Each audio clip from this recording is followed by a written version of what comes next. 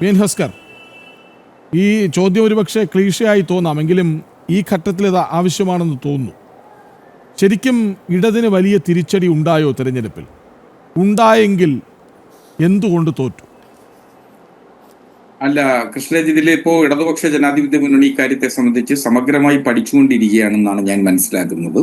ഇടതുപക്ഷത്തിന് ഈ തെരഞ്ഞെടുപ്പിൽ വലിയ തോതിൽ ക്ഷീണമുണ്ടായി എന്നുള്ളതൊരു വസ്തുതയാണ്. നമുക്ക് ഫാക്ട്സ് ആൻഡ് ഫിഗേഴ്സ് വെച്ച് പരിശോധിക്കും. ഇപ്പൊ സ്വാഭാവികമായും ഇടതുപക്ഷത്തിന് ഏറ്റ കനത്ത പരാജയത്തിന്റെ അല്ലെങ്കിൽ ആ ആഘാതത്തിന്റെ തോത് സംബന്ധിച്ച് ഇടതുപക്ഷത്തിന് വ്യത്യസ്തമായ കാഴ്ചപ്പാടുകളുണ്ട്. ഒരുപക്ഷെ തിരുവനന്തപുരം കോർപ്പറേഷന്റെ കണക്കുകൾ മാത്രം പരിശോധിച്ചു കഴിഞ്ഞാൽ 1.25 ലക്ഷം വോട്ട് ഇടതുപക്ഷത്തിന് ലഭിച്ചു. 1,60,50,000 വോട്ടുകളാണ് NDAക്ക് ലഭിച്ചിട്ടുള്ളത്. 1.25 ലക്ഷം വോട്ടുകളാണ് UDF ലഭിച്ചിട്ടുള്ളത്. എന്നാൽ NDAക്ക് ഭൂരിപക്ഷം ലഭിക്കുന്നു. 20 സീറ്റുകളിലോളം NDAക്ക് ജയിക്കാനായത് 100 വോട്ടുകൾ താഴെയാണ്. മറ്റൊന്ന്, ആ മണ്ഡലങ്ങളിലാകമാനം അല്ലെങ്കിൽ ആ കോർപ്പറേഷൻ ഡിവിഷനുകളിലാകമാനം കോൺഗ്രസ് 300-ൽ താഴെ മാത്രം വോട്ടുകൾ നേടാൻ ഓരോ വാർഡിലും ഓരോ കൗൺസിലും മത്സരിക്കുന്നവരെ നോക്കി, അവരുടെ രാഷ്ട്രീയം നോക്കിയാണല്ലോ വോട്ട് രേഖപ്പെടുത്തുന്നത്. അവിടെ ആകെ കിട്ടിയത് എത്ര എന്നത് ആ വാർഡിലേക്ക് മാത്രം ചുരുങ്ങും. നമ്മൾ ആകെ തുകയൊക്കെ പറഞ്ഞത് ശരി തന്നെ, അങ്ങ് പറഞ്ഞത് ശരിയായിരിക്കാം. പക്ഷേ ഈ കണക്കുകളല്ലല്ലോ ആര് ഭരിക്കണമെന്ന് തീരുമാനിക്കുന്നത്. അവിടെ മത്സരിച്ച 3 പ്രധാനപ്പെട്ട സ്ഥാനാർത്ഥികളുണ്ടെങ്കിൽ അവർ, ഇനി അതിൽ കൂടുതലുണ്ടെങ്കിൽ അവരെ ചേർത്ത് ജനങ്ങൾ നോക്കുന്നു. ഇവരുടെ രാഷ്ട്രീയം എന്താണ്, ഇവർ ചെയ്തത് എന്താണ്, ഇവരെ ഭരിച്ചവർ ചെയ്തത് എന്താണ്, എല്ലാം തിരിച്ചറിഞ്ഞാണല്ലോ ജനം വോട്ട് രേഖപ്പെടുത്തുന്നത്. അങ്ങനെയാണല്ലോ ഒരു മാജിക് ഫിഗറിലേക്ക് BJP നയിക്കുന്ന NDA തിരുവനന്തപുരത്ത് എത്തിയത്. അല്ല, നിശ്ചയം കൃഷ്ണ, അതിലെന്ന് വെച്ച് കഴിഞ്ഞാല് നമുക്ക് കൃത്യമായിട്ട് കാര്യത്തെ സംബന്ധിച്ച് ഒരു അവലോകനത്തിലെത്തുമ്പോൾ നിലവിലുള്ള പ്രാദേശിക സർക്കാരുകളെ രൂപീകരിക്കുക എന്ന് പറയുന്നത് അതാത് ഡിവിഷനുകളിൽ അല്ലെങ്കിൽ വാർഡുകളിൽ ഭൂരിപക്ഷം ലഭിക്കുന്ന ആളുകൾക്ക് തന്നെയാണ്.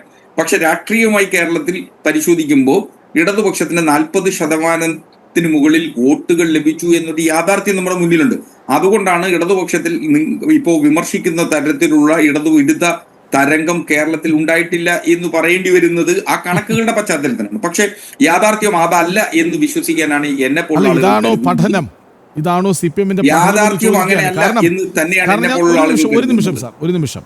അതായത് TP രാമകൃഷ്ണൻ LDF കൺവീനർ പറയുന്നു, തിരുവനന്തപുരത്തെ BJP-യുടെ മുന്നേറ്റം യാഥാർത്ഥ്യമാണ്, അംഗീകരിക്കാതെ വയ്യ. MV ഗോവിന്ദൻ പറയുന്നു, ഞങ്ങളുടെ അടിത്തറ ഇപ്പോഴും ഭദ്രമാണ്, ഇതൊരു കനത്ത തോൽവിയല്ല. ഡോക്ടർ തോമസ് ഐസക് ഇക്കാര്യങ്ങളെക്കുറിച്ചൊക്കെ വ്യക്തിഗതമായി പഠിക്കുന്ന ഒരാളാണെന്നാണ് ഞാൻ മനസ്സിലാക്കുന്നത്. തോമസ് ഐസക് അദ്ദേഹം പറയുന്നു, ഇത്തരമൊരു തോൽവി പ്രതീക്ഷിച്ചില്ല. അപ്പോൾ പഠിച്ച് പരാജയം ശീലമാക്കാൻ ഒരുങ്ങുകയാണോ നിങ്ങൾ? അല്ല കൃഷ്ണ, ഇതില് ഏറ്റവും പരമപ്രധാനമായിട്ടുള്ളതെന്ന് വെച്ച് കഴിഞ്ഞാൽ മുൻ കാലങ്ങളിലെ തെരഞ്ഞെടുപ്പുകൾക്ക് ഇടതുപക്ഷത്തെ സംബന്ധിച്ചിടത്തോളം CPM-നെയും ഇടതുപക്ഷവും എല്ലാ കാലത്തും സ്വീകരിക്കുന്ന ഒരു രാഷ്ട്രീയ പോരാട്ടം, ആ രാഷ്ട്രീയ പരിപാടിയും എന്ന് പറയുന്നത് ഏതെങ്കിലും ഓരോ ബൂത്തുകളിലെയും ഓരോ വീടുകളിൽ നിന്ന് വരുന്ന ഓരോ വോട്ടർമാരും ആർക്ക് വോട്ട് ചെയ്യും എന്ന് വളരെ കൃത്യതയോടും കണിശതയോടും CPM-ന് വിലയിരുത്താനാവുമായിരുന്നു. അല്ലെങ്കിൽ അത്തരം വിലയിരുത്തലുകൾ ഉണ്ടായിരുന്ന ഒരു രാഷ്ട്രീയ പാർട്ടിയാണ് CPM.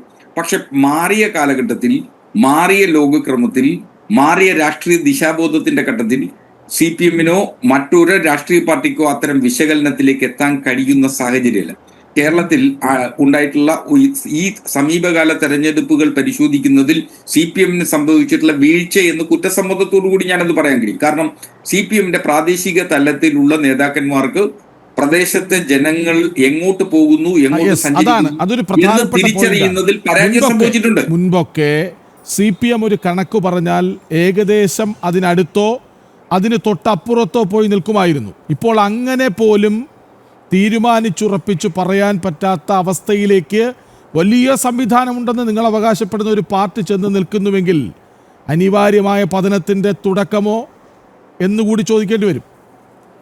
അല്ല കൃഷ്ണജി, ഈ തെരഞ്ഞെടുപ്പിൽ സംഭവിച്ചിട്ടുള്ളത് വസ്തുനിഷ്ഠ യാഥാർത്ഥ്യ ബോധത്തോടുകൂടി വിലയിരുത്താനാണ് എന്നെപ്പോലുള്ള ആളുകൾ ആഗ്രഹിക്കുന്നത്. ഒന്ന്, ഈ തെരഞ്ഞെടുപ്പിലെ പരാജയത്തിൽ ഇപ്പോ ശബരിമല വിഷയം വലിയൊരു തോതിൽ പങ്കാളിയായി എന്നുള്ളത് എന്നെപ്പോലുള്ള ആളുകൾ കരുതുന്നു, വിശ്വസിക്കുന്നു. പക്ഷെ ഇപ്പോഴും അത് പാർട്ടി ശബരിമല വിഷയം ഒരു വലിയ വിഷയമായി വന്നില്ല എന്ന രാഷ്ട്രീയ ബോധ്യത്തിന്റെ കൂടി അടിസ്ഥാനത്തിലാണ്. ഒരുപക്ഷെ എന്നേക്കാൾ ഉയർന്ന ചിന്താഗതിയും ഉയർന്ന ബോധ്യവുമുള്ള നേതാക്കന്മാരെന്ന നിലയിൽ അവർ അത്തരം ഒരു വിശകലനത്തിലേക്ക് എത്തുന്നു എന്നുള്ളതാണ്. രണ്ട്, കേരളത്തിലെ മുസ്ലിം സമൂഹം മുൻകാലങ്ങളിൽ ഇടതുപക്ഷത്തോടൊപ്പം നിന്നിരുന്ന മുസ്ലിം സമൂഹം ഇടതുപക്ഷത്തു നിന്ന് അകന്നുപോയിരിക്കുന്നു ഈ തെരഞ്ഞെടുപ്പിൽ എന്നുള്ളത് മുസ്ലിം ഭൂരിപക്ഷ മണ്ഡലങ്ങളിൽ അല്ലെങ്കിൽ മുസ്ലിം ഭൂരിപക്ഷ പ്രദേശങ്ങളിലെ വോട്ടിംഗ് പാറ്റേണുകളിൽ വന്ന മാറ്റവും അതുപോലെ മുസ്ലിം ഭൂരിപക്ഷ പ്രദേശത്ത് UDF വിജയിച്ചു കയറാനായി എന്നുള്ള യാഥാർത്ഥ്യവും കൂടി പരിശോധിക്കുമ്പോൾ മുസ്ലിം സമുദായം മുൻകാലങ്ങളിൽ നിന്ന് അകന്നുപോയി. അതിന്റെ രാഷ്ട്രീയ വശം മറ്റൊന്നുണ്ട്.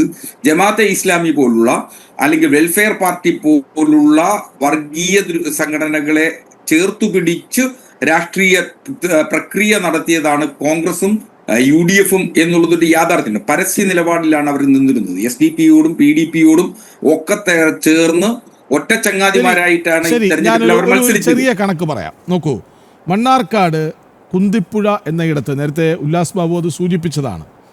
അവിടെ ഫിറോസ് ഖാൻ എന്ന CPM സ്വതന്ത്രൻ നേടിയ വോട്ടിലേക്ക് ഞാൻ വരാം. അവിടെ മുസ്ലിം ലീഗിൻ്റെ KC അബ്ദുറഹ്മാൻ 312 വോട്ട് നേടി വിജയിച്ചു. സിദ്ദിഖ് കുന്തിപ്പുഴ എന്ന വെൽഫെയർ പാർട്ടിയുടെ സ്ഥാനാർത്ഥി 179 വോട്ട് നേടി. ഫിറോസ് ഖാൻ ഇടത് സ്വതന്ത്രൻ നേടിയ വോട്ട് എത്രയാണെന്നറിയോ? 1. അതായത് അദ്ദേഹത്തിൻ്റെ വോട്ട് കിട്ടി. മറ്റൊരിടം പട്ടാമ്പിയിലെ 12-ാം വാർഡ് ഹിദായത്ത് നഗർ. ഇതൊക്കെ കണക്കാണ്. ഞാനിത് കൃത്യമായി ഇലക്ഷൻ കമ്മീഷൻ്റെ സൈറ്റിൽ കയറി വെരിഫൈ ചെയ്തതാണ്. LDF സ്ഥാനാർത്ഥി അവിടെ നേടിയ വോട്ട് ഞാൻ പറയാം. അതിനു മുൻപ് മുസ്ലിം ലീഗിൻ്റെ സ്ഥാനാർത്ഥി ഉസ്മാൻ 289 വോട്ടുകൾ അവിടെ നേടി. അവിടെ മുഹമ്മദ് ഹസനുൽ സാജിദ് എന്ന വെൽഫെയർ പാർട്ടിയുടെ നേതാവ് 208 വോട്ടുകൾ നേടി. എത്രയാണെന്നറിയോ? LDF സ്വതന്ത്രൻ്റെ വോട്ട്, പാർട്ടി നിർത്തിയ ആളിൻ്റെ വോട്ട് എത്രയാണെന്നറിയോ? 0. എന്തുകൊണ്ടാണെന്നറിയോ? അദ്ദേഹം ആ വാർഡിന് പുറത്തു നിന്നുള്ള ആളായിരുന്നു, അവിടെ വോട്ടുള്ള ആളായിരുന്നില്ല. അവിടെ 45 പേരടങ്ങുന്ന ബ്രാഞ്ച് കമ്മിറ്റി ഉണ്ടെന്നാണ് ഞാൻ മനസ്സിലാക്കുന്നത്. പാർട്ടിയെ നയിക്കുന്ന പ്രധാനപ്പെട്ട നേതാക്കളും ആ പരിസരത്ത് ആ വാർഡിൽ താമസിക്കുന്നുണ്ട്. എന്നിട്ടും എന്തുകൊണ്ട് 0 വോട്ട്? ഇതിൽ പരം നാണക്കേടുണ്ടോ? അല്ല കൃഷ്ണജി, ഇതിൽ പല ഘട്ടങ്ങളിലും പല സ്ഥലങ്ങളിലും ഇടതുപക്ഷ സ്വതന്ത്രരെ നിർത്തുന്ന സാഹചര്യം വരിക എന്ന് പറയുന്നത് ഇടതുപക്ഷത്തിന് ഒറ്റയ്ക്ക് മത്സരിച്ചു ജയിക്കാൻ കഴിയുന്ന ശേഷിയുള്ള സ്ഥലങ്ങളിലല്ല. കഴിഞ്ഞ വട്ടം ഈ 165 വോട്ട് അവിടെ CPM നേടിയിട്ടുണ്ട് സാർ. 165 വോട്ട് നേടിയിട്ടുണ്ട്. അതൊന്ന് മെച്ചപ്പെടുത്താൻ ശ്രമിച്ചുകൂടായിരുന്നു എന്നാണ് ചോദ്യം. അങ്ങനല്ലേ, ചില ഘട്ടങ്ങളിൽ ചില രാഷ്ട്രീയ സമരങ്ങളിൽ രാഷ്ട്രീയ പ്രക്രിയകളിൽ ഇത്തരത്തിൽ ചില വീഴ്ചകൾ സംഭവിക്കാറുണ്ട്. അത് തുറന്ന് സമ്മതിച്ചുകൊണ്ടാണല്ലോ നമുക്ക്. അത് 1-2 ഇടത്തല്ല. നോക്കൂ, ഈ കോഴിക്കോട് അഴിയൂർ എന്ന് പറയുന്ന സ്ഥലത്ത് SDPI ജയിച്ച വാർഡുകളിൽ ഇടതുപക്ഷത്തിന് വളരെ വോട്ട് കുറവാണ്.